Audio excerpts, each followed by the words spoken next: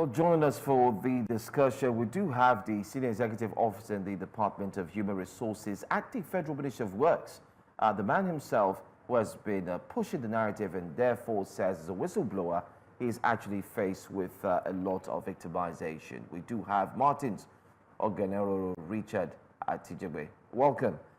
We did say in that report, of course, covered by our very own reporter there, it seems like you decided to take the bull by the horn to ensure that things are done right. Can you share with us what really happened and what motivated you to confront the situation that you found yourself? Joe, like you heard in the interview, in 2019, I discovered that a lot of the newly recruits coming from the Federal Civil Service Commission, they were coming with fake letters of appointment, and they were coming in collusion with some of my senior subordinates, my unit head, my then director, who was about to retire, which at that time I didn't know was at the center of the whole thing. So when they come with such fake letters of appointment, they are quickly documented and put on payroll. You know, they collect as much as 2.5 million naira for each person, as was confided in me by one of such people that had such letters of appointment, which was confirmed to be fake and was documented within a month of, he was captured on IP's platform within a month of documentation, which was an anomaly without the approval of the permanent secretary, which is normally the due process. So when I raised up these issues, that was the beginning of my challenge. My colleagues, even in the same office, you know, when you come in, they stop talking to you, they stop greeting you. So at one point in time, because they had to fight back to make sure that I leave that place, as at that time we had documented 302 of such people that had such fake letters of appointment. So they started spreading malicious rumors against me that I was corrupt and I was sexually harassing my female colleagues and core members serving in the ministry. I was abusing the privileges of my office to extort money just for a way for them to move me out of that unit. And God being so kind, I followed due process, though it was a verbal reportage. But when I reported to the director, she took action and documentation was stopped. So a lot of those people were not really happy. They were not happy about lots of problems between them and the people they had collected money from. So I wrote a petition through my lawyer to the Honorable Minister, Babatunde Fashola, then, who set up a committee to look into the matter. And when I was invited, it was obvious that they were not going to do the right thing. And I told them, because then Mrs. Morayo Alimi, my Director of Human Resources, who I reported to before she retired and did nothing, she came back as the SSA, Admin and Strategic Coordination.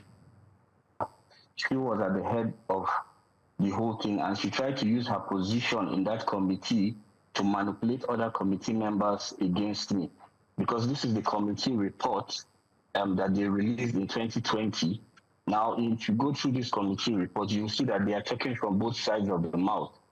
I was not queried until 2021. That was a year after the committee had finished its investigations, and I was asking for the committee report because it was a public document. I had the right to go through it and see what was said about me, which they refused. So we approached the then Senate Committee on Ethics, Privileges and Public Petition, chaired by Senator Akiyerure.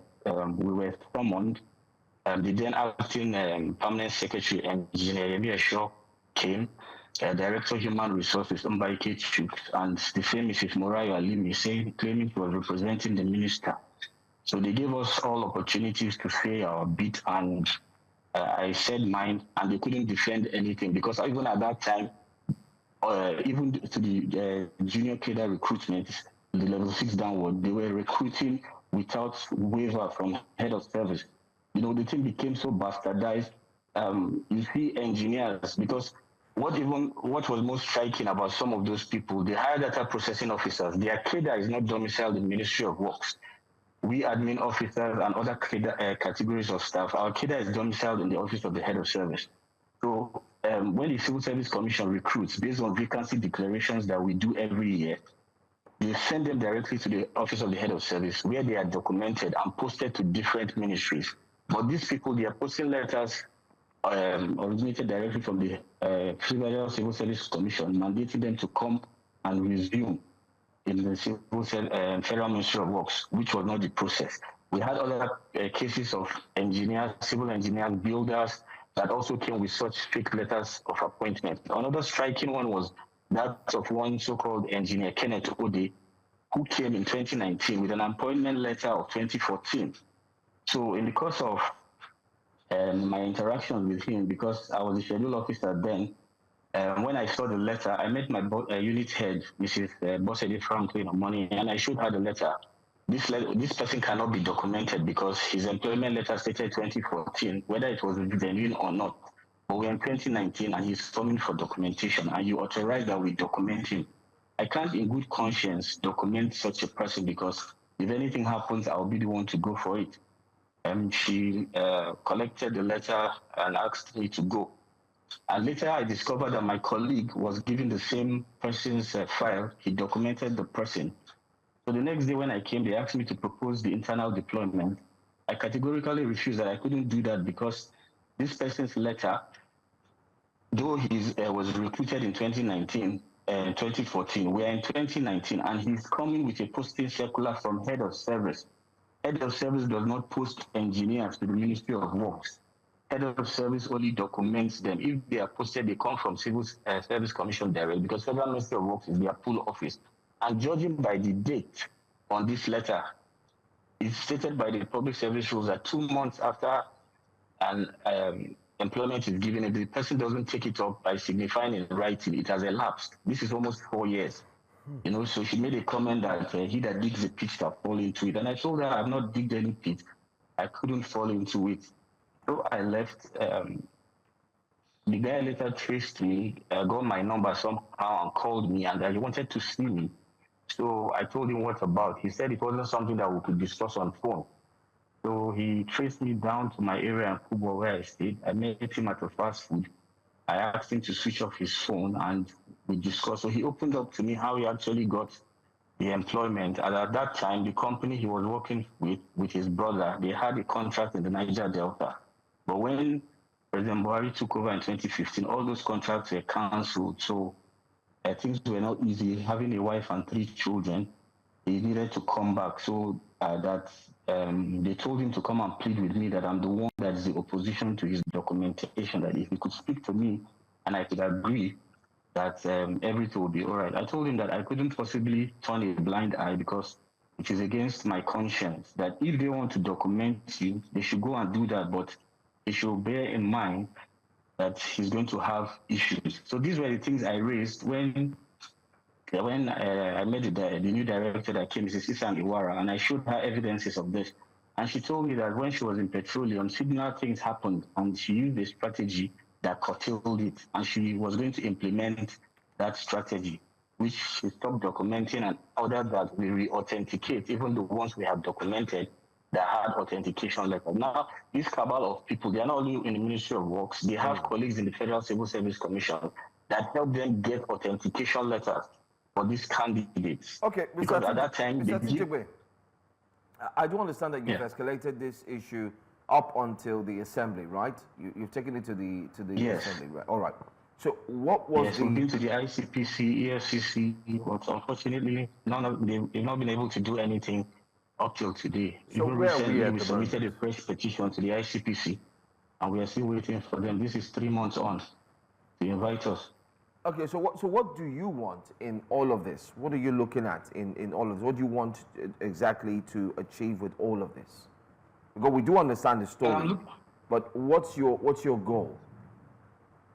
Yeah, my goal is for the right thing to be done. For whistleblowers, people like me that have the courage to come out and speak against abnormality, not to be victimized. Because I've been victimized, I've been ostracized. Everybody looks at me like a bad person. They see me coming into the office. Nobody wants to have anything to do with me. You know, even outside the office setting, at some time, friends and family members were also not happy with steps I took.